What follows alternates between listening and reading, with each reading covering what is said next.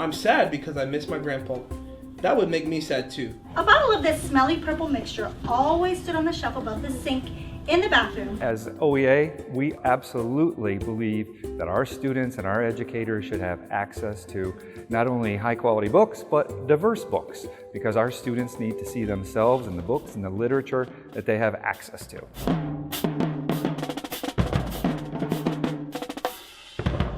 Our communities are becoming more and more diverse, which means our students, the population that we serve as educators, are becoming more diverse. So our students need to see themselves in books and literature that represent the education profession, the medical profession, all professions, so they can see themselves in the future in those roles as adults.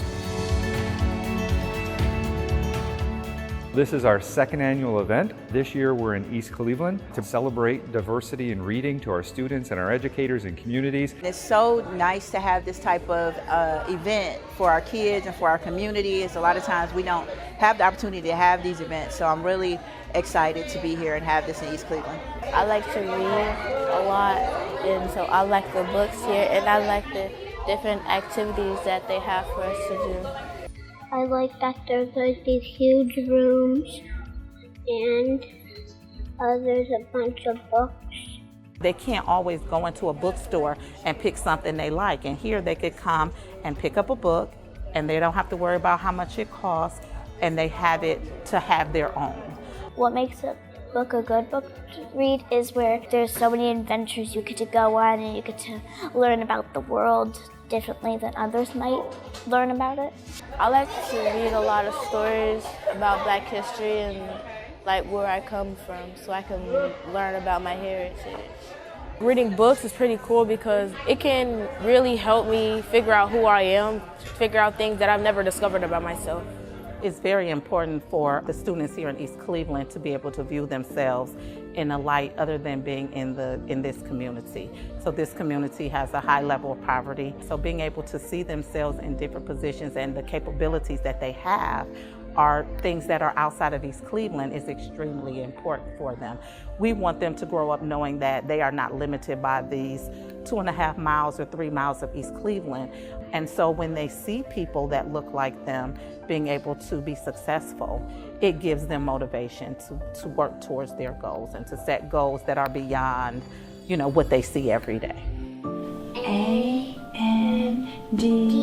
And good job. Education and being an educator is such a rewarding and gratifying profession. But recently we've seen some attacks on public education and educators. And we've seen fewer and fewer students going into college choosing education as a major. And I feel that part of that is because of the lack of respect at times that we face as educators. And I think it's highlighted in the ability that educators and local school boards need to have, because educators know their students, local school boards know their communities, and they are the ones that have the best capability, the knowledge to choose the books and the literature that their students should have access to. Being able to choose books around themes that we're working on is very important. So we go through a diverse list of things that we study. The kids just did a recent showcase and we used Fences, the movie Fences. And so they learned how to write about their perspectives. They learned how to perform some of it, and so then we did a showcase on it. So it's very important that books like that are not banned or we're not able to use them in the curriculum, because they are books that the kids can relate to.